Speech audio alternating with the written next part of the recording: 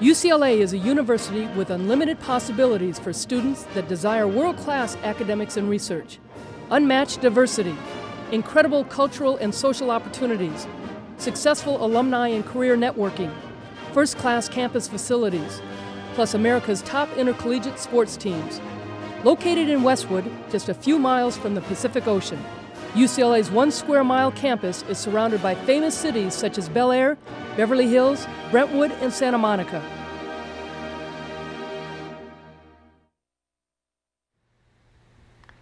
Hi everybody, and welcome to UCLA Bruin Talk. My name is Dave Marcus, this is Naomi Manea. We are pleased to welcome many of you who are getting Bruin Talk for the first time. We have rapidly expanded the number of outlets our show is seen on. Just to give you a bit of background, in one format or another, this show has been on for about 30 years, and I'm pleased to have been the host for the last 8. We are going to introduce you to coaches, athletes, administrators, and educators covering all of UCLA's 22 varsity sports. It's going to be a great time, and we're glad to have you with us. Before we meet our first guest, let's take a look at the upcoming events.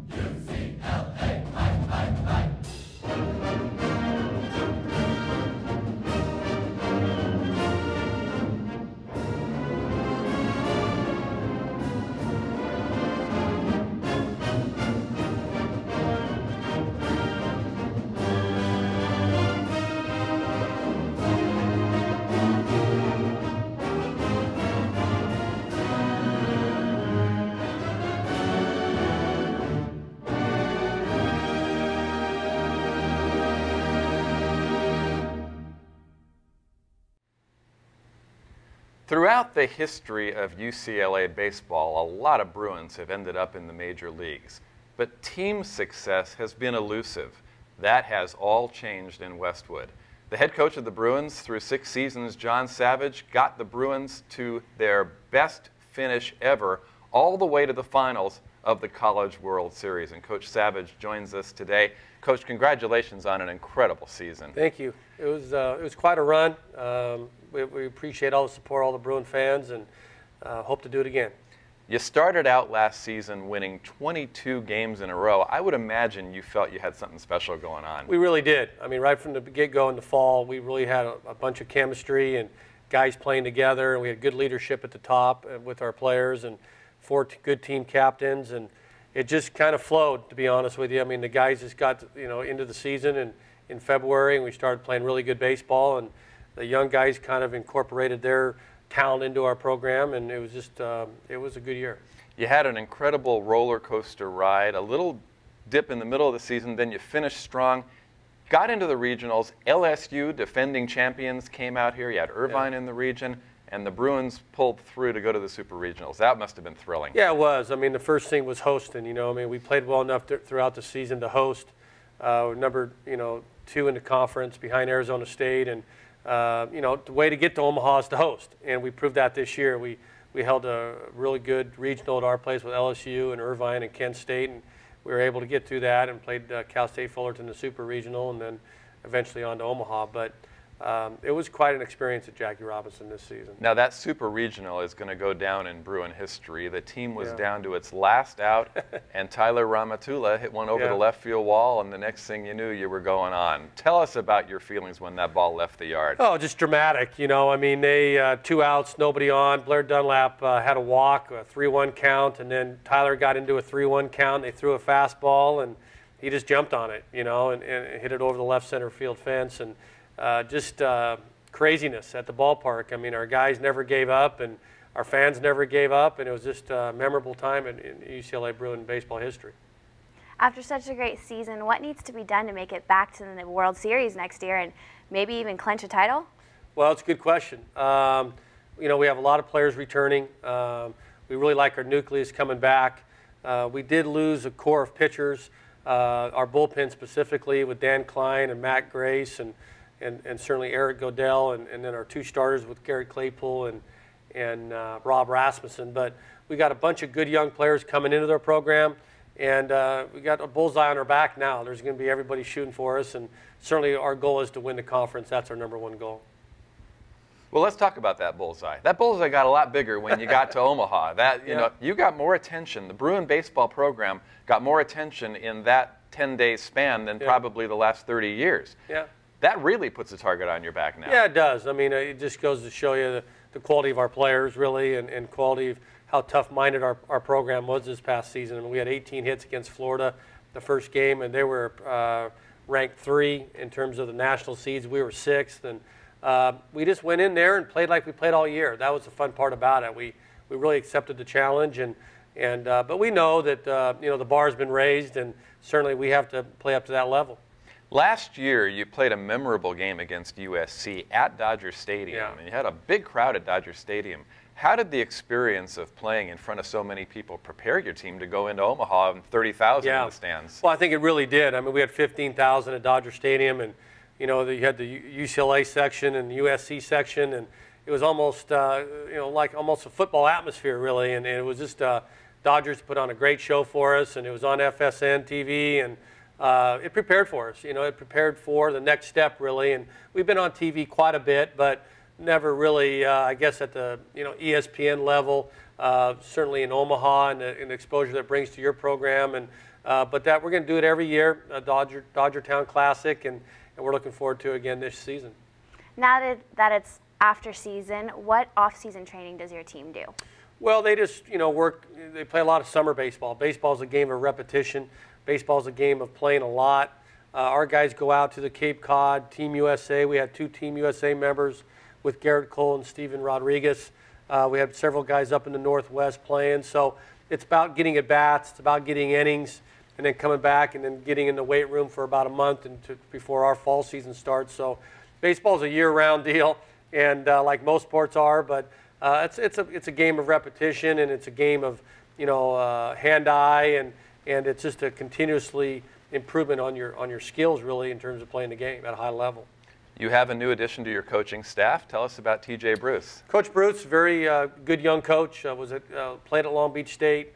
Was around a bunch of good infielders at Long Beach State as a coach with Troy Tulowitzki and Longoria from the Rays. So he's been around a bunch of high-level infielders. He's a very good infield coach, and we're happy to have TJ on staff.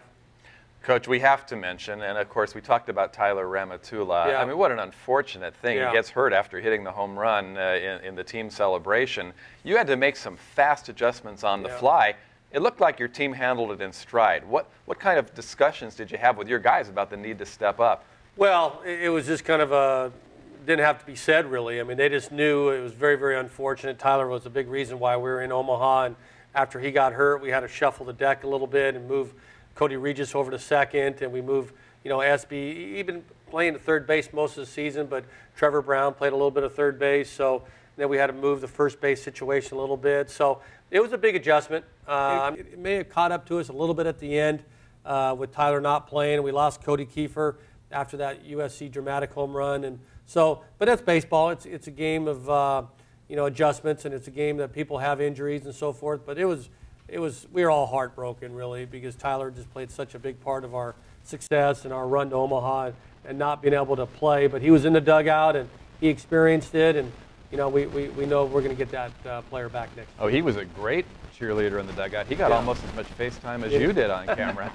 Yeah, I mean, there was a lot of exposure on that, the dog pile and the whole thing, but it was just a very, very unfortunate thing, and Tyler's looking to get back as a player. Tell us a bit about the experience of playing in Rosenblatt Stadium. Yeah. It was the last year for that historic venue. What was it like to kind of send it out? Oh, it was very, very memorable. I mean, you're talking about 61 years of history of national champions and All-Americans and Major League first-round drafts, and just all the excitement that surrounds the College World Series. I mean, if no one's ever been there, they need to go, because You're talking about 25, 30,000 every game. It's middle America. It's just baseball the way it should be played, and everybody enjoys the experience. You got 2 games a day, the tailgating. Rosenblatt will always be a special place for me. I was an assistant there for 2 years at the ballpark, and then having played in the last game and coached the last game in the history of the ballpark will go down forever, really. And I know our players cherish that moment as well as the coaching staff did. You were named College Baseball Coach of the Year by College Baseball Insider. How does it feel? Well, it feels good, but it's all, as everybody knows, it's about the players and the support staff and everybody around you. It's I've been the same coach for a long time, but I mean, we all get better. We all try to get better every single day, but it's really about the people around you and what they've done and their commitment to the program and their discipline and their consistency. So really that, whenever you get an individual award at the end, if it's a player or even a coach, it's really a tribute to the team. Coach, we've had you on numerous times in your 6 years at UCLA. You've been very generous with your time coming in and talking to us here on Bruin Talk. And I know you had a plan. Yeah. And the plan for John Savage always started with pitching. Yeah.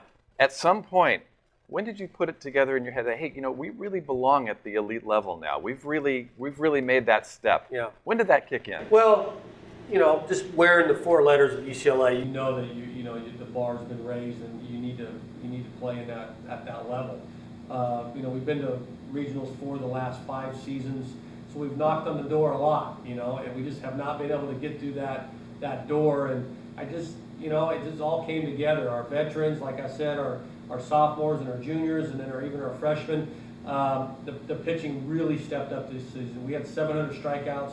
We led the country in strikeouts. We had the number 1 and number 3 strikeout, guys in the country with Trevor Bauer and Garrett Cole, and it's just a combined effort. And our guys just really stepped up, and we had a bunch of professional pitchers pitching in college, and it makes you look good, I guess you could say. But just really a tribute to the guys' hard work, and we can hope to continue that trend of legitimate pitching. Looking forward, who are the guys you're going to be counting on next spring?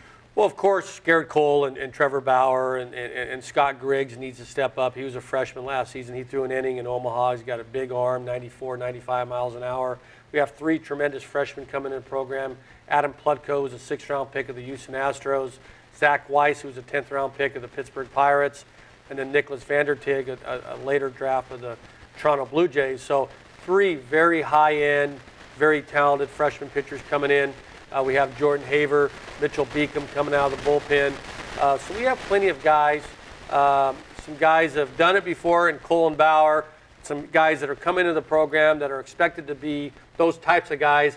And then we have some veterans coming out of the bullpen. So, we'll be better offensively because we're a year older. But, we hope to come together this season and get to where we got to last year. Coach, congratulations on a great, great year. Thanks for coming in and joining us. Thank you. My pleasure. Thank you. And we'll be right back with more UCLA Bruin Talk right after this public service announcement.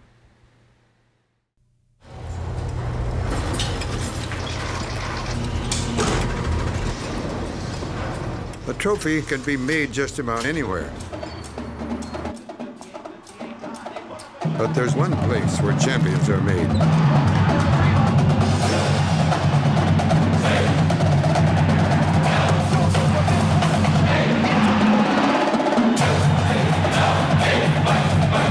UCLA, champions made here. Welcome back to Bruin Talk. Before we meet our next guest, let's take a look at the Athlete of the Week. This week, we honor Sydney Leroux of the women's soccer team as our Student Athlete of the Week. In a season-opening victory over Cal Poly, Sydney individually scored 4 goals with a hat trick in the first half that opened the gates for a 7-0 win. She was also a leader in her recent play with the under-20 women's national team, scoring the only goal to clinch the Group D win for the USA. She has scored a total of 30 goals in 36 international games and leads the Bruins in scoring. Congratulations, Sydney, and good luck to the rest of the team. If you would like additional information about UCLA athletics, please visit our website at www.uclabruins.com. UCLA's motto is champions made here. Now, that's very true about the women's gymnastics team. They brought home the national championship this year, and the head coach of the Bruins, Valorie Kondos Field, joins us. Ho-hum, nothing No going on, ho-hum. just a championship. No, Dave, it is never, ever, ever ho-hum. Tell us about the feeling of bringing home the banner. Well, we went through a dip. You know, we had 5 years that we hadn't won. And so to come back up is really fun as a coach. You know, we'd won 4 championships in 5 years previously. So it kind of it didn't ever get ho-hum, but it became like something that we were supposed to do. And then we went pretty low. So to be able to build the program back up was very rewarding for us as coaches. And the way we did it, I've got to tell you, we made sure to stay in our Bruin bubble. The athletes had committed to not focusing on anything out of what they had control over. And so no scores, no other teams, nothing. And when our last girl finished the last event, the team obviously erupted into crying and cheering. And I asked them later on, I said, "What is at that point that you knew that we had won the national championship?" And they looked at me like I was crazy, and they said, "No, Miss Val, we didn't know if we were first or if we were last. All we knew is we did the best that we could do." So the next day I called Coach Wooden and I said, "You know, Coach, I know you're proud of them always, but you will be exceptionally proud of them of how they went about winning this, because they didn't set their sights on winning. They just set their sights to being the best that they are capable of being." And he says, "My dear, it appears that your team reached competitive greatness." You hit the top of the pyramid. We hit the top of the pyramid. Fantastic. Those moments must have been really emotional. Can you explain what was going on through your head when you realized that you had just won another national title? I felt kind of a sigh of relief, because you know, every year you have a plan, and every year you hope to put that plan in motion, but so many things come into it, with injuries, with just the personalities of the girls on the team. And so it was rewarding to be able to look around to each of our student athletes and really feel that they had gone beyond their comfort zone this year, each of them individually, and to collectively that helped us be the best team in the country. Last season, you started ranked 5th in the preseason polls. How accurate do you think those polls are, and how do they affect the rest of the season? The preseason ranking is basically based on the last year. And so sports information directors usually just take the last year's rankings and plug people in. Every once in a while you'll see a shift if someone's lost a lot of depth or someone's gained a lot of depth, but preseason rankings don't really mean much to us. They're great for the media and for the fans. Vanessa Zamaripa had the highest score in the team competition when she did her all-around. What was it like knowing that not only did you have the team greatness, but you also know that each individual was there doing their best? That's exactly how we felt. We started off on vault, and our first person went up and vaulted and hit a beautiful vault. And it was like, by the time the second or the third Bruin went up, it was easy. We were on a roll. And I know at one point, Aisha Gerber looked at me as we were warming up on bars, and she said, "Miss Val, if I didn't know you better, I would have said that you're bored." And I said, "I don't want to look bored. We've prepared well. There's really nothing more for me to do than just make sure that nothing out of the ordinary happens." On a stage that huge, would you say that your team got to a point where the nerves vanished? Yes.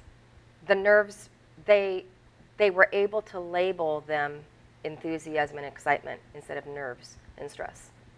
You spoke of your conversation with Coach Wooden. Of course, Coach Wooden passed away this year, but he was so close with the gymnastics team through the years. Tell us about what his support meant to your program.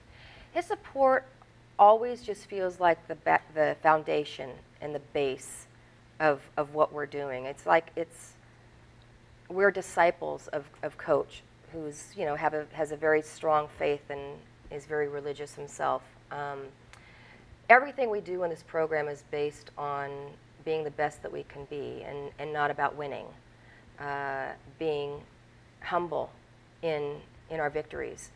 And it's nice to know that we've got Coach Wooden as the grandfather for all of us Bruins here, and someone that we can always show as a prime example of how to win with grace, how to win with humility, and how to quote-unquote lose with those same qualities. Being the #1 team last year, there was definitely very strong individuals that did that. Can you tell us a little bit about the incoming freshmen and how they're going to play a role in this team? The incoming freshmen are so much fun. There are 4 of them that are very different but they're already this little pack. And they've been here for summer school, and they go everywhere as a pack. We lost Anna Lee, who was our senior, who was a tremendous talent on all 4 events. We gain Sam Peshek, who was a silver medalist in the 2008 Olympics. She's one of the most powerful, if not the most powerful gymnast in the country. We gain Sydney Sawa, who's one of the top Canadians. Powerful, beautiful form, beautiful execution. We gain Olivia Courtney, who is basically a twin of Brittany McCullough. Extremely powerful, beautiful gymnastics. And we gain Cassidy Kozai, who is exceptional on bars and beam, petite, very petite athlete, but very clean and crisp. But their chemistry together is what's going to make this team, this whole team, different than anything we've experienced in the past.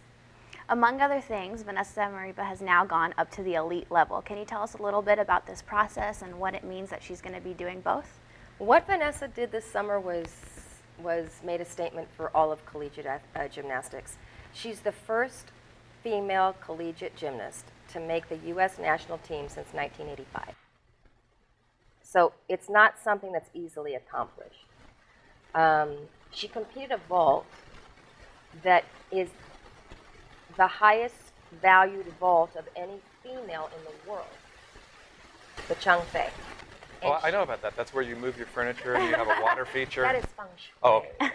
Okay, but that's good. It's okay. It kind of looked like feng shui when she was in the air. It's like time slowed down as she flipped and twisted and then landed perfectly. And funny thing, when we got back, I got an email from someone in China wanting to interview us about this vault that Vanessa did. And so they're already scouting us. And I didn't get back to the email. And the next week I got a phone call from China. You can hear the little tick, tick in the back, knowing it's from, overseas. And she's saying, now, how long did Vanessa train this vault? And I said, oh, a few months. Only a few months for such an impressive vault? Yeah, a few months. How many more people do you have learning this vault? It's like they have their spies out. I was like, I don't know how many people will have learning the vault. But it was quite funny. They were very impressed with Vanessa's accomplishment. Well, people are impressed with your accomplishment, too. You became a Hall of Fame inductee this year. I did. Tell us how you found out and tell us your feeling. I came home 2 days after the national championships, and I was going through all my stacks of mail, and I got this letter that said congratulations, and I thought it was on winning the championship. And I thought, that's not what it said, and I pulled it back, and it said, it's our pleasure to let you know that you're being inducted into the UCLA Hall of Fame. And I literally sat down, I started shaking, and we've discussed my background was in dance. I was never a gymnast. And I've never felt like a coach. I always kind of feel like this glorified manager that leads this team. And I literally sat down and I thought, maybe I am a coach. After all, it was like this stamp of validation. I'm still numb when I think about it. The greatest athletic family in the history of all sport. And I am being inducted into the Hall of Fame of this family. It's crazy. Yeah, it still hasn't hit me. Well, I imagine that they're not going to put glorified manager under your name. I think you're going in as a coach and well-deserved. Dancer, choreographer, glorified manager. Congratulations. Thank you, Naomi. Now, next season starts preseason. What will the team be doing to get ready for this upcoming season, to stay in shape, and everything else they need to do? That's a great question, because I think what I experienced when I think what most early coaches, young coaches that experience success, you try to duplicate that the next season. And I believe that's the biggest mistake that a coach can make. You want to obviously take the good things that have worked for you, but every chemistry of every team is different. And I talked about our bubble. I know softball talks about their bubble, our Bruin bubble, which served us very well. But as all bubbles pop, right? You can't just go implant a new team into the same bubble. So, and you can't expect from day one for there to be a bubble. You have to create the bubble. So that's what we plan on doing. Dave's looking at me like I'm crazy. No, I'm just thinking how unique your sport is, because you are getting athletes who have been honing their craft since they were 10 years old. They come in with more technical knowledge than in most sports. Right. And the mastery of what you do is mold that bubble and mold Right. that chemistry, and it's a remarkable process. It is. And as you can understand, you can't just go get a bubble and say, okay, fit into the bubble. You literally have to create the bubble, and it takes time. And that's what preseason is for. And so you do that with hard work.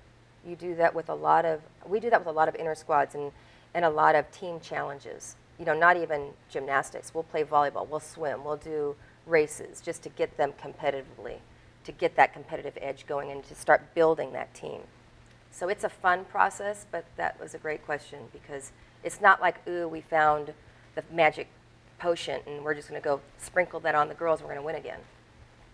She'll try to make magic again this year. It'll be a different formula, but the Bruins hope for a similar result. Ms. Val, always great to have you in. Thanks for joining us on Bruin Talk. My pleasure. Thank you. And thank you for joining us. And again, to those of you who are seeing us for the first time, we hope you'll join us every couple of weeks. We'll have a new show on for you. For Naomi Manea, I'm Dave Marcus. We will see you next time. So long for now.